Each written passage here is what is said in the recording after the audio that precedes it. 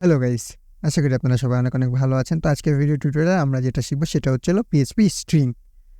তো PHP string এর এই পার্টের টোটাল ভিডিওতে কি থাকবে সেটা আগে জেনে নিই চলুন। প্রথমে থাকবে হচ্ছে একটি ওয়ার্ডের লেন্থ কাউন্ট করা, তারপরে ওয়ার্ড কাউন্ট করা এবং রিভার্স এবং রিপ্লেস। এই চারটা জিনিস আজকের ভিডিওতে কমপ্লিট করা হবে। সো চলুন শুরু করা যাক। সো আমাদের কোড এডিটর ভিএস কোড সেটাকে আমরা ওপেন করে নিই, ঠিক আছে। ওপেন করার পরে আমাদের ফাইল রেডি আছে। আমরা এইটাকে নতুন একটি ইন্ডেক্স ফাইল তৈরি করে নিই। আগে ফাইল তৈরি করা ছিল, আমরা হয়তো বা ডিলিট করে দিচ্ছি, যার ফলে ফাইলটা ডাইরেক্ট ওপেন হয়নি। সো আমরা এখানে একটি ফাইল তৈরি করে নিলাম, নাম দিই learn.php।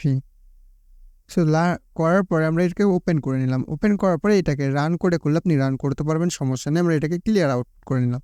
ক্লিয়ার আউটপুট করার পরে আমরা সবাই জানি যে আমাদেরকে পিএইচপিতে কোড করতে হলে অবশ্যই পিএইচপিকে তার নিজস্ব রুলসের ভেতরে করতে হবে।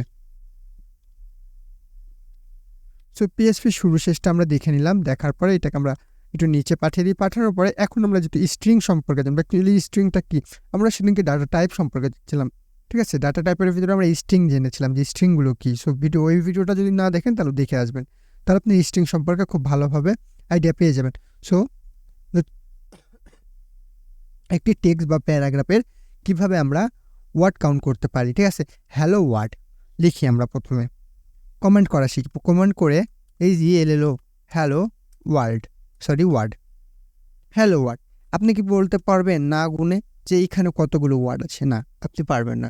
আপনাকে আগে অবশ্যই এখানে গুনতে হবে, তারপর আপনি বলতে পারবেন। সো আমরা তার জন্য এখন স্ট্রিং লেন্থ ব্যবহার করব। স্ট্রিং লেন্থ ব্যবহার করার জন্য ইকো str স্ট্রিংসের যে শর্ট ফর্মটা আছে সেটা, তারপরে LEN, তাহলে হয়ে গেল স্ট্রিং লেন্থ। এই শর্ট ফর্ম দেখুন, লেন্থের LE লিয়েছে এবং STR একটু নিতে আপনারা শর্ট ফর্ম করে ফেলতে পারবেন। এবং আমাদের এখানে সেকেন্ড ব্র্যাকেট এবং ডবল কোটেশন থাকবে। থাকার পরে আমাদের হ্যালো ওয়ার্ডটা এখানে চলে আসবে। হ্যালো ওয়ার্ড আসার পরে আমাদের সেমিকলন দিয়ে এটাকে ক্লোজ করতে হবে। ক্লোজ করার পরে আমরা যদি রান করে ক্লিক করি তাহলে কিন্তু এটা আমরা আউটপুট দেখতে পারবো। এখানে ওয়ার্ড আছে হলো 11টা। সে এখানে যদি আমরা আরও একটি স্পেস দিই, তারপরে সেভ করি এবং রান করি, দেখবো এখানে আমাদের ওয়ার্ড আছে 12টা, বিকজ স্পেসগুলো একটি করে ওয়ার্ড ধরা হয়েছে, ঠিক আছে। সো আপনাকে মনে রাখতে হবে স্টার লেন্থ, এটা খুবই ইম্পর্টেন্ট ফর আপনার ডেভেলপমেন্ট। আপনি যখন ডেভেলপমেন্ট করবেন তখন দেখা যাবে যে এটা খুবই ইম্পর্টেন্ট হয়ে দাঁড়াবে আপনার জন্য। এই তো, এরপরে আমরা যা করব সেটা হচ্ছে আরও একটি ইকো নিব। ইকো নেওয়ার পরে ডবল কোটেশন দেবো। দেওয়ার পরে আমরা /n দেবো। /n কেন ব্যবহার করা হয়? /n ব্যবহার করা হয় হচ্ছে নতুন লাইনের ক্ষেত্রে। কিছু শর্ট কোড আছে যেগুলো পিএইচপিতে ইউজ করা খুবই ইজি বা প্রয়োজন, সেগুলো আমরা পরবর্তী কোনো ভিডিওতে দেখব। এখন আপাতত /nটাই আমরা দেখি। তো এরপরে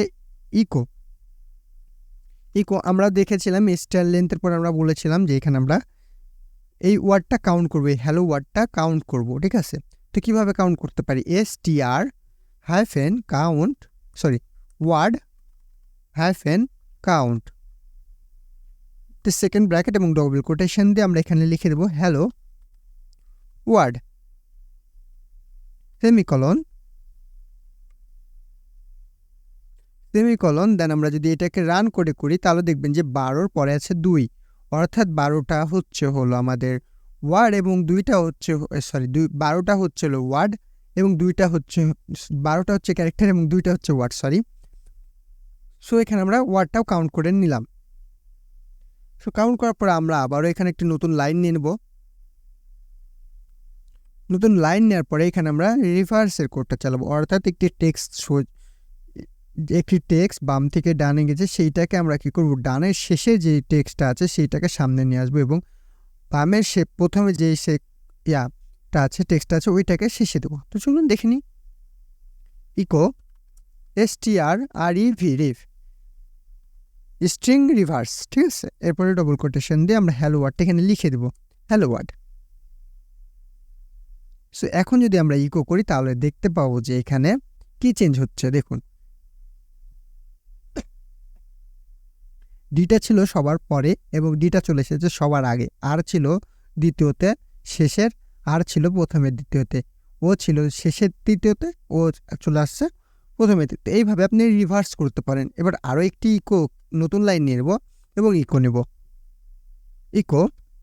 ইকোর পরে আমরা এখন একটা টেক্সটকে রিপ্লেস করব, ঠিক আছে? হ্যালো ওয়ার্ডের জায়গায় আমরা হ্যালো ইউটিউব লিখব।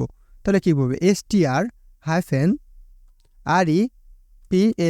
রিপ্লেস। এটা হচ্ছে রিপ্লেস করার কোড। তো এখানে দেখুন আমরা 1টা, 2টা, 3টা নিয়েছি, ঠিক আছে? কেন নিলাম? প্রথমে থাকবে হলো ওই টেক্সটটা, যে টেক্সটটা আমরা রিপ্লেস করার জন্য এখানে দিচ্ছি। তাহলে কি রিপ্লেস করব? আমরা ওয়ার্ডটাকে রিপ্লেস করব। এই ওয়ার্ডটা আসবে হচ্ছে সামনে, যেই টেক্সটটা রিপ্লেস করা হবে সেটা আসবে হলো সবার সামনে, এবং যাকে দিয়ে রিপ্লেস করা হবে সেটা হচ্ছে মাঝখানে,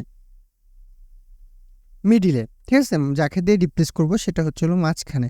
এবার প্রথমে এটা হচ্ছে আপনার প্যারাগ্রাফ হতে হবে, ঠিক আছে?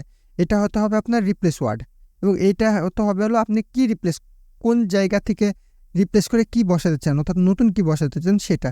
এবার যদি আমরা এখানে দেখুন রান কোড করি, তাহলে দেখবেন হ্যালো, ওয়েট,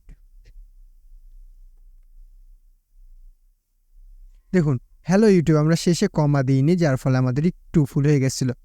হ্যালো ইউটিউব, কিন্তু এখানে আছে হলো হ্যালো ওয়ার্ড, বাট আমাদের এখানে হলো হ্যালো ইউটিউব, ঠিক আছে? এখানে ওয়ার্ড লেখার কথা ছিল, ওয়ার্ড লিখে রাখছি, হ্যালো ওয়ার্ড।